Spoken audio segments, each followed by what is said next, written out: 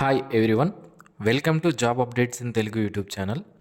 Postal GDS జాబ్స్కి సంబంధించి మీరు అప్లై చేసే చోట మీకు ఎన్ని మార్కులు వచ్చాయో ఇతరులకు కూడా అన్నే మార్కులు అంటే సేమ్ మార్క్స్ వచ్చాయనుకోండి, అప్పుడు ఎవరికి జాబ్ ఇస్తారు? అండ్ ఆల్రెడీ మీరు అప్లై చేసుంటే ఇంతకు ముందుగాన మీకు 10కి 10 పాయింట్లు ఉన్నాయనుకుందాం, లేదా 600కి 600 మార్క్స్ ఉన్నాయనుకుందాం 10th క్లాస్లో. బట్ మీకు 600కి 600 ఉండి కూడా మీకెందుకు జాబ్ రాలేదు, వేరే వాళ్ళకి 600 మార్క్స్ ఉంటే వాళ్ళకెందుకు జాబ్ ఇచ్చారు అనే డౌట్ కనుక మీకు ఉంటే ఈ వీడియోలో దాన్ని నేను మీకు క్లియర్ చేస్తాను. వీడియో చివరి వరకు చూడండి, మీకు డీటెయిల్డ్ ఇన్ఫర్మేషన్ అనేది ఇందులో ఉంటుంది. అండ్ ఆల్రెడీ పోస్టల్ జీడిఎస్కి సంబంధించి 2026 షెడ్యూల్డ్ నోటిఫికేషన్ 1 రిలీజ్ చేశారు. ఇప్పుడు ఆన్లైన్ అప్లికేషన్స్ అనేవి అప్లై చేసుకోవడానికి ఉన్నాయి. అతి త్వరలోనే అప్లై డేట్ ముగుస్తుంది. దీనికి సంబంధించి సపరేట్ వీడియోస్ మన ఛానల్లో అప్లోడ్ చేశాను. ఎవరైనా తెలియకుంటే, చాలామందికి తెలుసు, తెలియకుండా ఉంటే ఈ నోటిఫికేషన్ రిలీజ్ అయినట్లు ఎవరికైనా తెలియకుండా ఉంటే మీరు ఇప్పుడు ఆన్లైన్లో అప్లికేషన్ చేసుకోండి. ఓకే, అలాగే మన వాట్సాప్ గ్రూప్ లింకును, టెలిగ్రామ్ గ్రూప్ లింకును వీడియో కింద డిస్క్రిప్షన్లో ఇచ్చాను. సో ఆ రెండింటిలోనూ జాయిన్ అవ్వండి. డైలీ జాబ్ నోటిఫికేషన్స్ ఏవైతే విడుదలవుతాయో ఆంధ్రప్రదేశ్, తెలంగాణ మరియు సెంట్రల్ గవర్నమెంట్కి సంబంధించి ఆ జాబ్ నోటిఫికేషన్స్ అన్నీ కూడా మన ఛానల్లో అప్లోడ్ చేయడం జరుగుతుంది. అలాగే రిజల్ట్స్ వచ్చినా కానివ్వండి, సిలబస్ విడుదలైనా, అలాగే మెరిట్ లిస్ట్ ఏవైనా వచ్చినా వాటన్నింటినీ కూడా మన వాట్సాప్ గ్రూప్ మరియు టెలిగ్రామ్ గ్రూప్లో వెంటనే షేర్ చేస్తాను. సో వెంటనే మీరు ఇన్ఫర్మేషన్ అనేది తెలుసుకునే అవకాశం అయితే ఉంటుంది. అలాగే మన యూట్యూబ్ ఛానల్కి కూడా సబ్స్క్రైబ్ చేసి పెట్టుకోండి. డియర్ ఫ్రెండ్స్, ఈ పోస్టల్ జీడిఎస్ జాబ్స్కి సంబంధించి ఇద్దరికి సేమ్ మార్క్స్ వచ్చి టై ఏర్పడినప్పుడు సెలెక్షన్ అనేది ఏ విధంగా చేస్తారు అనేది తెలుసుకునే ముందు అసలు ఈ పోస్టల్ జీడిఎస్ జాబ్స్ని సెలెక్షన్ అనేది ఏ విధంగా చేస్తారు అనేది ఫస్ట్ మనం తెలుసుకోవాలి. సో సెలెక్షన్ అనేది ఎగ్జామినేషన్ అనేది ఉండదు. ఒకవేళ ఎగ్జామినేషన్ కండక్ట్ చేస్తే ఆ ఎగ్జామినేషన్లో వచ్చిన మార్కులను బేస్ చేసుకొని మనకి సెలెక్షన్ అనేది చేసేవాళ్ళు ర్యాంకును బట్టి. బట్ దీనికి ఎగ్జామినేషన్ లేదు. మరి ఏ విధంగా సెలెక్షన్ చేస్తారు అంటే 10వ తరగతిలో వచ్చిన మార్కులను బేస్ చేసుకుంటారు. వాటిని తీసుకొని కొంతమందికి గ్రేడ్ పాయింట్స్ ఉంటాయి, కొంతమందికి మార్క్స్ ఉంటాయి. గ్రేడ్ పాయింట్స్ రీసెంట్గా ఎవరైతే పిల్లలు ఉన్నారో వాళ్ళకు ఉంటాయి. సో మార్క్స్ అనేవి పాతకాలంలో ఎగ్జామినేషన్స్ రాసి 10th క్లాస్ పాస్ అయ్యారు కదా, వాళ్ళకి మార్క్స్ అనేవి ఉంటాయి. అయితే ఈ మార్కులను లేదా గ్రేడ్ పాయింట్స్ను పరిగణలోకి తీసుకొని సెలెక్షన్ అనేది చేస్తారు. ఇలా సెలెక్షన్ చేసినప్పుడు ఇద్దరికి సేమ్ మార్క్స్ వచ్చాయనుకుందాం. ఫర్ ఎగ్జాంపుల్ ఒక ఎగ్జాంపుల్ తీసుకుంటాను నేను మీకు. ఇక్కడ చూడండి. సో ఇది ఏదో ఒక ఎగ్జాంపుల్ తీసుకుంటాను. ఇక్కడ 4వ పోస్ట్ బందార్లపల్లె అనే బీఓ దగ్గర బీపీఎం అనే పోస్ట్ ఉంది. ఇది అన్రిజర్వ్డ్. యూఆర్ అంటే అన్రిజర్వ్డ్ అని అర్థం. సో దీని అన్రిజర్వ్డ్ అని ఉంది కాబట్టి దీనికి ఏ క్యాస్ట్కి సంబంధించిన వాళ్ళైనా అప్లికేషన్ చేసుకోవచ్చు. ఎస్సీ, ఎస్టీ, బీసీ ఎవరైనా సరే అప్లికేషన్ చేసుకోవచ్చు యూఆర్ పోస్ట్కి. అంటే అక్కడ రిజర్వేషన్స్ అనేవి ఎవరికి వర్తించవు. అందరూ కూడా అన్రిజర్వ్డ్ కేటగిరీ కిందకే రావడం జరుగుతుందన్నమాట. ఓకేనా? సో ఇలా వచ్చినప్పుడు ఇక్కడ అందరూ కూడా అప్లై చేసుకుంటారు. ఇక్కడ మీరు కూడా అప్లై చేశారు అనుకుందాం. ఈ బందార్లపల్లి బీఓకి మీరు కూడా అప్లై చేశారు. మీకు 550 మార్కులు వచ్చాయి 10thలో. అలాగే అక్కడ ఇంకా చాలామంది అప్లై చేస్తారు కదా, మీరు ఒక్కరే కాదు కదా అప్లై చేసేది, ఇంకా చాలామంది అప్లై చేస్తారు. ఆడ అప్లై చేసిన వాళ్ళల్లో ఇంకా 2-3కి కూడా 550 మార్కులే వచ్చాయి. అలాంటప్పుడు ఎవరిని సెలెక్షన్ చేస్తారని చూద్దాం. సో ఇక్కడ మీకు 550 మార్కులు ఉన్నాయి అనుకుందాం, ఎగ్జాంపుల్గా నేను చెప్తున్నాను. ఓకేనా? మీకు 550 మార్కులు ఉన్నాయి, ఇంకో క్యాండిడేట్కి 550 మార్కులు ఉన్నాయి, ఇంకో క్యాండిడేట్కి 550 మార్కులు ఉన్నాయి.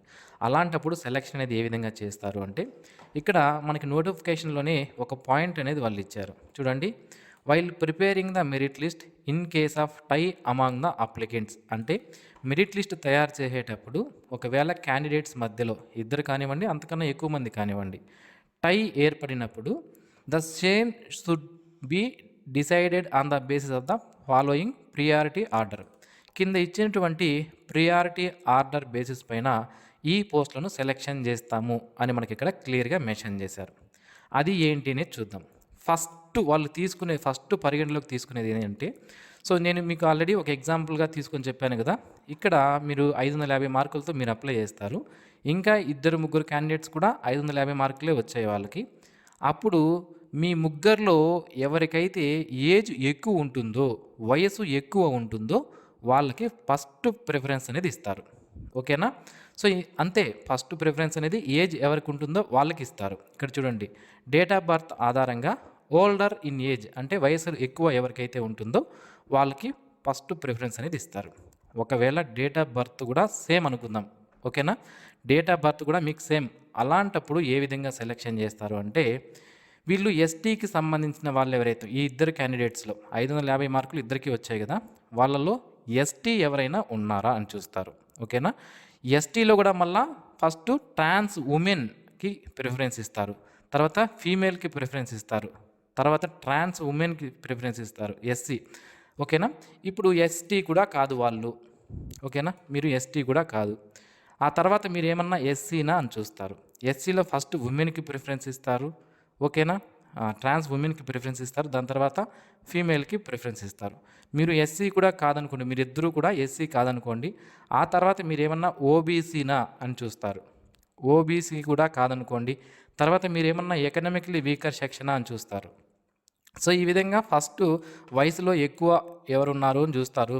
దాని తర్వాత ట్రాన్స్ వుమెన్‌కి అలాగే వుమెన్ క్యాండిడేట్స్‌కి ప్రిఫరెన్స్ ఇస్తారు. దాని తర్వాత అన్‌రిజర్వ్డ్‌కొస్తారు. అన్‌రిజర్వ్డ్ అయిపోయిన తర్వాత మళ్ళీ మేల్ క్యాండిడేట్స్. ఫస్ట్ మేల్, ట్రాన్స్ మేలు, ఎస్టీ మేలు, ఎస్సీ ట్రాన్స్ మేలు, ఎస్సీ మేలు, ఓబీసీ మేలు. ఈ విధంగా ఈ ప్రియారిటీ లిస్ట్ ఏదైతే ఉందో దాన్ని చూసుకొని మెరిట్ లిస్ట్ అనేది తయారు చేయడం జరుగుతుంది. ఇది ఎప్పుడు అంటే అన్‌రిజర్వ్డ్ పోస్టులు ఉన్నప్పుడు. ఒకవేళ రిజర్వేషన్ ఉన్నటువంటి పోస్ట్ చూసుకుందాం. ఇది రెండవ పోస్ట్ చూడండి. అంగల్లు బీఓ దగ్గర ఎస్సీ వాళ్ళకి పోస్ట్ అనేది రిజర్వేషన్ చేయబడి ఉంది. ఇక్కడ ఈ ఎస్సీ అని కేటగిరీ ఉంది కదా! దీనికి ఓన్లీ ఎస్సీకి సంబంధించిన వాళ్ళు మాత్రమే అప్లికేషన్ చేయాలి. ఎందుకు అంటే అది ఎస్సీ కేటగిరీ వాళ్ళకి రిజర్వేషన్ చేయబడి ఉంది అక్కడ. రోస్టర్ పాయింట్ ప్రకారం ఎస్సీ కేటగిరీ వాళ్ళకి రిజర్వేషన్ చేయబడి ఉంది.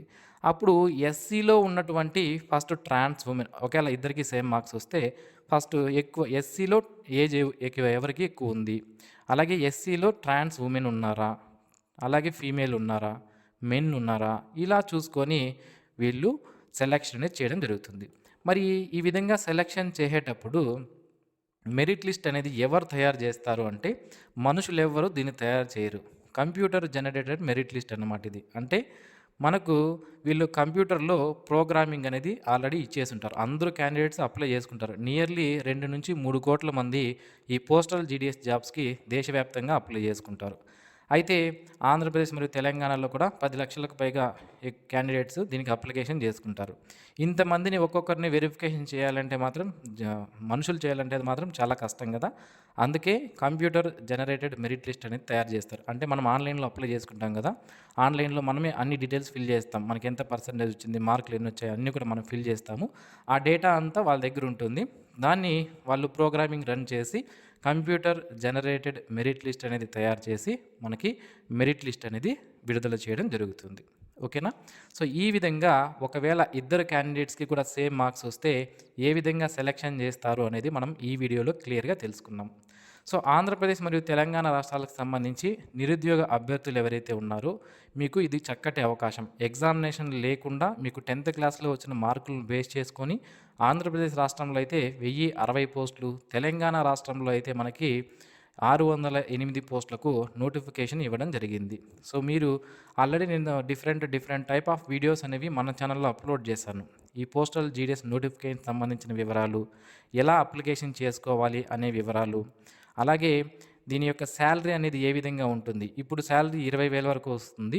నెక్స్ట్ ఇయర్‌లో అది 30,000కి పెరుగుతుంది. అది ఎలా పెరుగుతుంది అనేది కూడా సెపరేట్‌గా వీడియో చేశాను. ఓకేనా? ఆన్లైన్ రిజిస్ట్రేషన్ అనేది ఏ విధంగా చేయాలి, ఆన్లైన్ అప్లికేషన్ అనేది ఏ విధంగా చేయాలి, ఇలాంటి వీడియోస్ అన్నీ పోస్టల్ జీడీఎస్కి సంబంధించి మన ఛానల్లో వీడియోస్ అన్నీ కూడా తయారు చేసి అప్లోడ్ చేయడం జరిగింది. సో, వాటిని మీరు చూడాలి అనుకుంటే మన ఛానల్లో అవైలబుల్లో ఉన్నాయి. అలాగే లింక్స్ని కూడా వీడియో కింద డిస్క్రిప్షన్లో ఇస్తాను. అక్కడి నుంచి మీరు చూసుకునే అవకాశం అయితే ఉంటుంది. మనకి ఆన్లైన్ అప్లికేషన్స్ అనేవి ఆల్రెడీ స్టార్ట్ అయ్యాయి. అప్లికేషన్ చేసుకోవడానికి లాస్ట్ డేట్ వచ్చి 16వ తేదీ వరకు ఉంది. ఆలోపు అప్లికేషన్స్ అనేవి చేసుకోండి. దయచేసి ఇప్పుడే అప్లికేషన్ చేయండి. ఇప్పటికే సగం టైం అయిపోయింది. ఈరోజు 8వ తేదీ. చివరిలో అప్లై చేద్దాంలే అని ఉంటే సర్వర్ ఇష్యూస్ అనేవి వస్తాయి. ఈ ఆన్లైన్ అప్లికేషన్ స్టార్ట్ అయిన రోజే సర్వర్ ఇష్యూ వచ్చింది. ఓకేనా? సో, మళ్ళీ ఎండింగ్‌లో కూడా తప్పనిసరిగా ఉంటుంది. ఎందుకంటే చాలామంది అభ్యర్థులు దీనికి అప్లై చేసుకుంటారు. అలాగే టైం కూడా ఇంతకుముందు 30 రోజులు ఇచ్చేవాళ్ళు. బట్ ఇప్పుడు 15 రోజులు మాత్రమే టైం ఇవ్వడం జరిగింది. కాబట్టి అప్లికేషన్ అనేది త్వరగా చేసుకోవడానికి ప్రయత్నించండి. మీరు జాబ్స్ అనేవి ఈజీగా పొందగలరు. ఓకే. సో, ఇది ఫ్రెండ్స్ ఈ వీడియోకి సంబంధించినటువంటి ఇన్ఫర్మేషన్ అంతా చూసారు కదా! మన వాట్సాప్ గ్రూప్ లింక్‌ను, అలాగే టెలిగ్రామ్ గ్రూప్ లింక్‌ను వీడియో కింద డిస్క్రిప్షన్‌లో ఇచ్చాను. అందులో కూడా జాయిన్ అవ్వండి. ఛానెల్‌కు సబ్స్క్రైబ్ చేసుకోండి. Thanks for watching this video. Have a nice day friends.